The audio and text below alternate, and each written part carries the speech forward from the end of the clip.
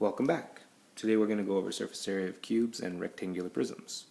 So to start out, we have the surface area is the total covering on the faces of the three-dimensional objects. So if we have this three-dimensional object here, surface area is all of their faces. So all 6 sides of this rectangular prism.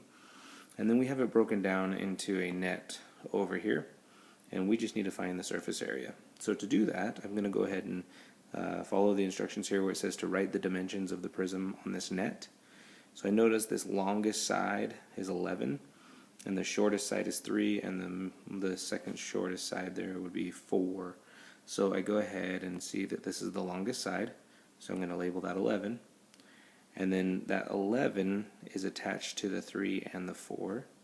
So I go ahead and just put 3 for this length here, which makes this length right here 4, which then in turn makes this length right here 3, and this length right here 4. So now that I have that, I can go through and just use my area formula. If you remember, the area formula of any rectangle is just base times height. So I go ahead and do 11 times 3. So I have my base times height.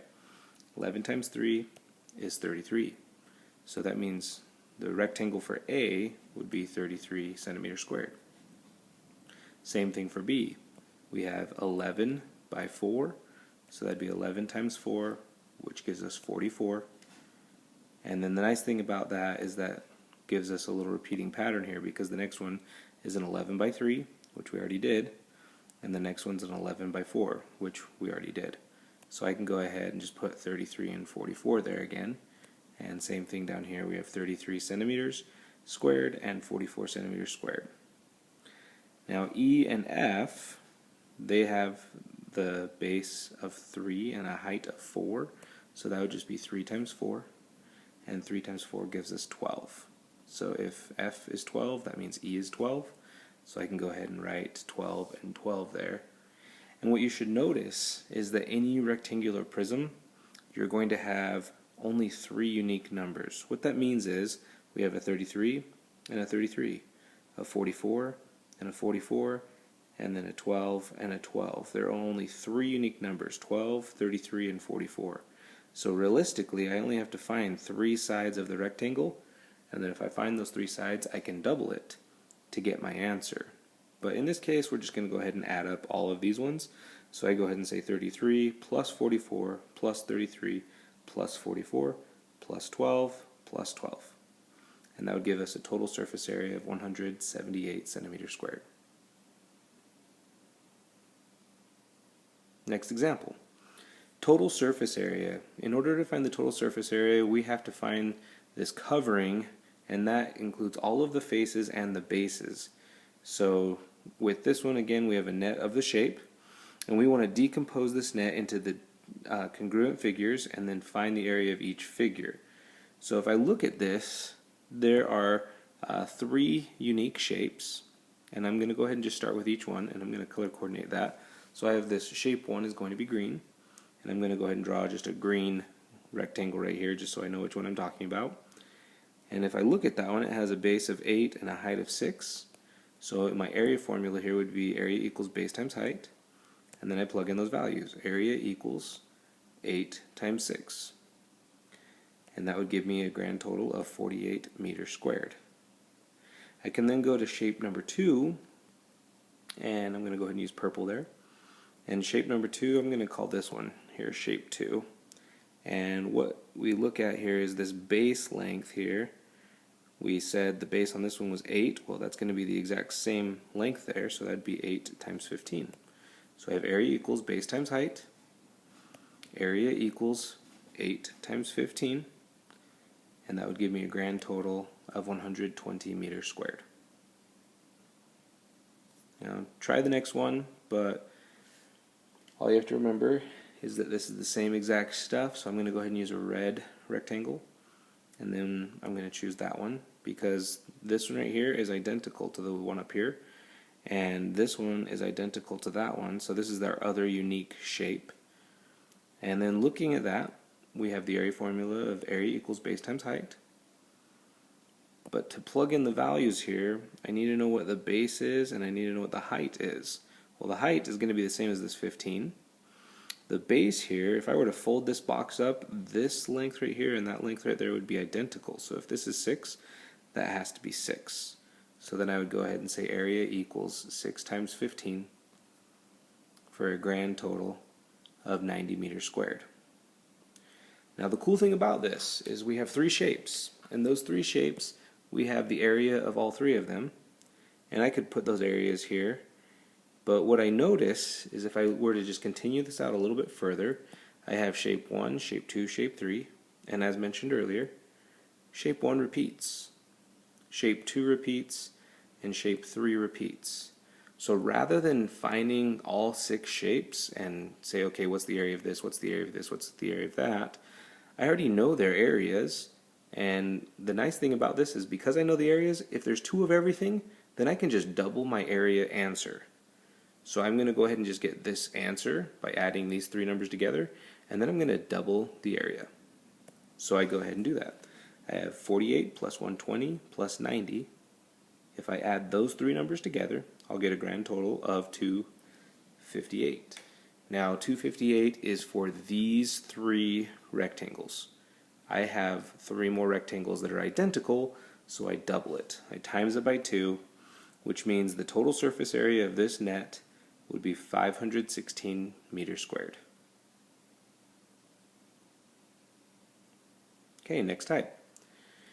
Lateral surface area. Now this one can be tricky because a lot of people don't understand when they're asked to be given lateral surface area.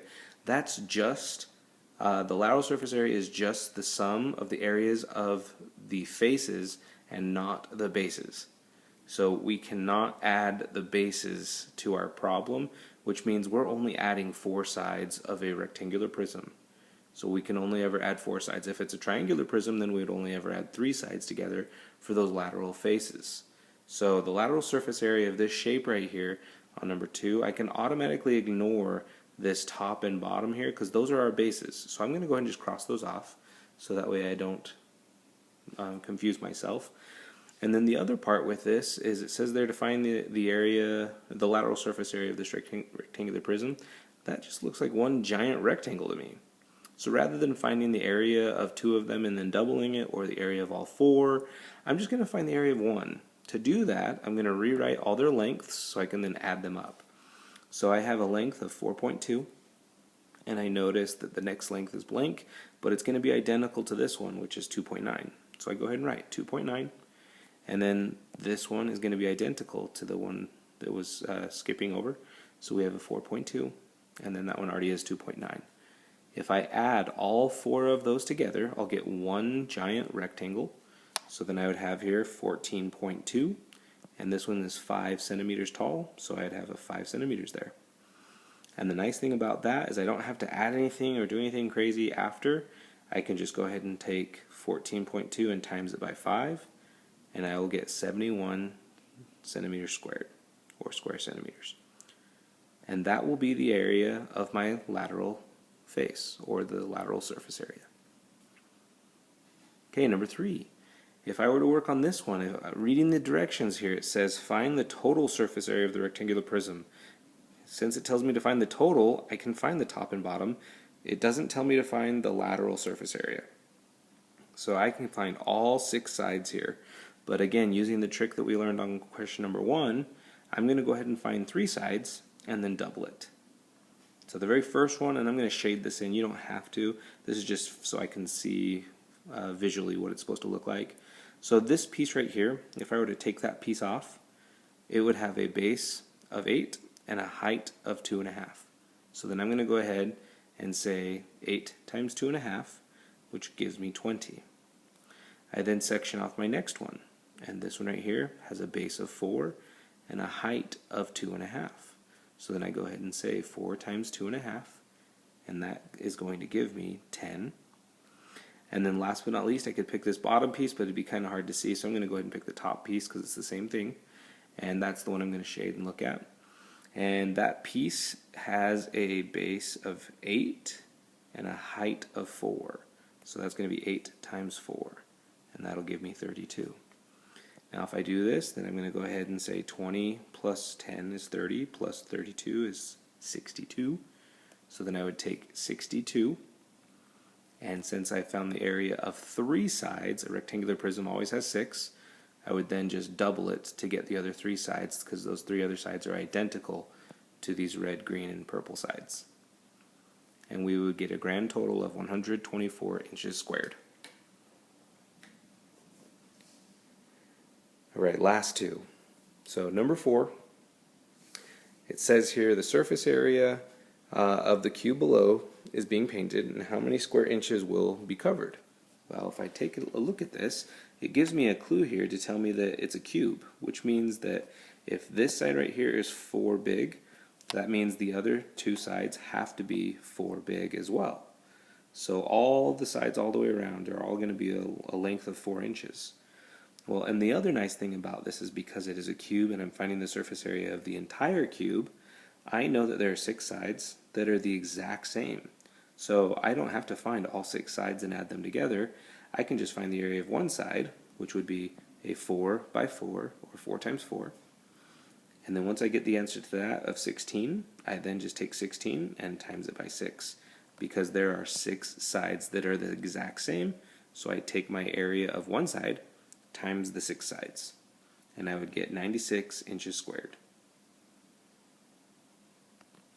Going back to the lateral surface area, number 5, it says find the lateral surface area of the cube. Well, again, we know that it's a cube, which means that the other 3, all 3 sides are going to be 3.5 big, or I should say all unique sides. And then because it says lateral surface area, and this is a cube, I know that there are 4 equal sides that make up the lateral surface area. And so that means basically we're ignoring the top and the bottom, and we're finding the 4 sides all the way around this. Well, again, they're 4 equal sides, so I just have to find the area of one of them, which would be 3.5 times 3.5, and that would give me 12.25. And then I just have to take this and say, okay, hey, there are 4 sides that are the exact same. I'm going to take the area of one side and times it by 4 to give me a grand total of 49 inches squared. Alright, if you have any questions, please let me know. Make sure you have 2 or more sentences on how or what you've went through today. And again, have a great day.